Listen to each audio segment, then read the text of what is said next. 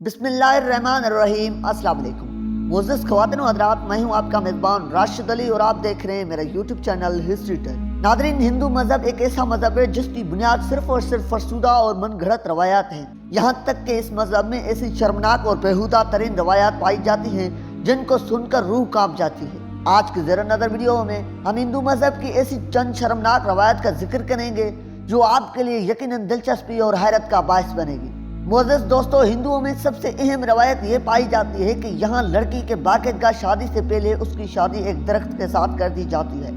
اور شادی کے بعد اس درخت کو کاٹ دیا جاتا ہے، جبکہ اس رسم کو ماننے والے لوگوں کا یہ کہنا ہے کہ اس طرح لڑکی پر بری بلائیں اثر انداز نہیں ہوتی اور اگر کوئی برا اثر ہوتا ہے تو وہ درخت کے کرتے ہی دور ہو جاتا ہے۔ اس کے علاوہ ہندوؤں میں ایک ایسی غلیظ رسم بھی پائی جاتی ہے جس کے مطابق بدری ناتھ مندر میں ہندو مرد اور عورت اکٹھے نہاتے ہیں۔ بدری ناتھ مندر کے بارے میں ہندوؤں کا عقیدہ ہے کہ یہاں کا پانی ہر طرح کی ناپاکی کو دھو کر آدمی کو پاک کر دیتا ہے، اس لیے یہاں ہر وقت لوگوں کی بڑی تعداد موجود ہوتی ہے جو کپڑے اتار کر اس شرمناک رسم کو ادا کرتے ہیں۔ ایسا ہی ایک مندر بھارتی ریاست اتر پردیش میں موجود ہے جو راجستھان کی سرحد پر ہرے بھرے جنگلات کے علاقے میں قدرے ایک غیر معروف انوکھا مندر ہے جو کہ زیارت کے بعد گناہوں سے پاک صاف ہونے کا سرٹیفکیٹ بھی فراہم کرتا ہے۔ کہا جاتا ہے کہ اس مندر کے پاک پانی میں غسل سے انسان گناہوں سے پاک ہو جاتا ہے۔ یہی وجہ ہے کہ اس مندر کے باہر عقیدت مندوں کی قطاریں لگی رہتی ہیں۔ اس حوالے سے مندر کے پجاری جگدیش شرما کہتے ہیں کہ سن 1947 سے اب تک 6 پجاری رہ چکے ہیں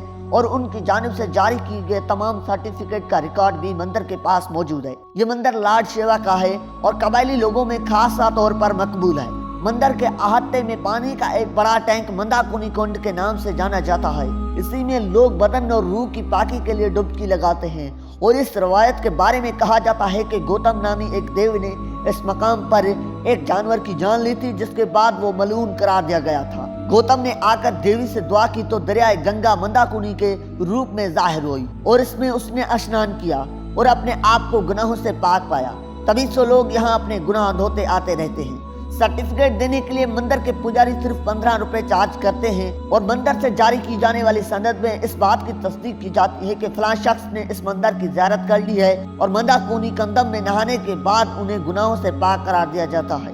پیارے دوستو، اگر آپ ہندو مذہب کی مزید رسموں کے بارے میں بات کریں تو یہاں ایک ایسا قبیلہ بھی پایا جاتا ہے جہاں لڑکی کی شادی صرف ایک اکیلے مرد سے نہیں بلکہ اس کے تمام بھائیوں سے بھی کی جاتی ہے۔ یہ شمالی ہندوستان کے زمانہ قدیم کی وہ رسم ہے جو پچھلے 10 صدیوں سے چلی آ رہی ہے۔ ایسا ہی ایک خاندان راجو ورما کا ہے جو 5 بھائیوں کی اکلوتی بیوی ہے۔ ورما خاندان ریاست اتراکھنڈ کے شہر دہرادون کے ایک دیہی علاقے میں رہتا ہے۔ 21 سالہ راجو نے خصوصی رپورٹ میں بتایا کہ وہ اپنے 5 شوہروں اور ایک 18 ماہ کے بچے کے ساتھ ایک کمرے والے گھر میں رہتی ہے۔ راجو کے 5 شوہروں میں 28 سالہ شانت رام ورما، 32 سالہ بیجو ورما، 26 سالہ گوپال ورما، 21 سالہ گڈو ورما اور 19 سالہ دنیش ورما شامل ہیں۔ راجو ورما کا کہنا تھا کہ وہ شادی سے پہلے ہی جانتی تھی کہ وہ ایک ایسے گھر میں جا رہی ہیں جہاں 5 بھائی اس اکیلے کی انتظار میں بیٹھے ہیں۔ راجو نے مزید یہ بھی بتایا کہ خود اس کی ماں بھی 3 بھائیوں کی مشترکہ بیوی تھی۔ ان قبائل کے خواتین کے لیے یہ سب کچھ کوئی نئی یا